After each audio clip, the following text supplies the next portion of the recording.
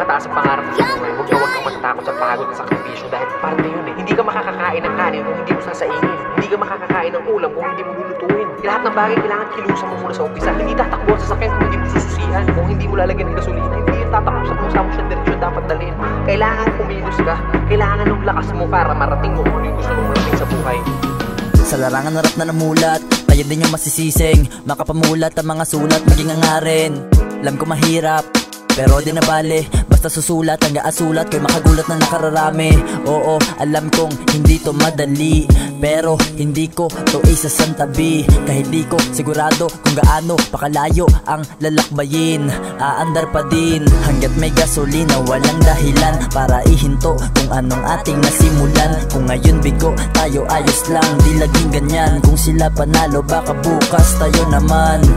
Basta't pagsikapan at sipagan lang natin, wag tulugan ng pangarap kung gustong may mangyari. Dadating ang panahong tayo naman ang aani na bunga ng ating tinanim.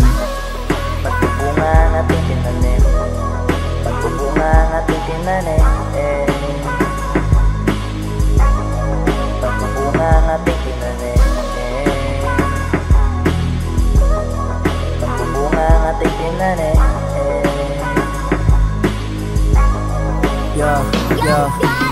Salamat sa mga naniniwala, isa kayo sa dahilan kaya ko kinakaya. At sa mga since day one na sa'kin ay sumama, sa grupo ko nahangad din makapagpahanga. Kayo walang dahilan para umistop, yung mga negatibo di makakasama sa top. Dire-diretso lang din na para pamakingarap. I'm busy chasing my dream, yun ay maging alamat.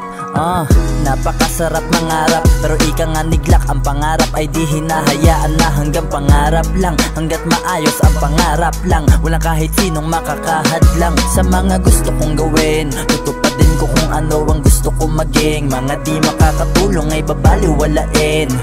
Ayos lang kung sa ngayon di papala rin, pero may mapapala rin. May mapapala rin, may mapapala rin.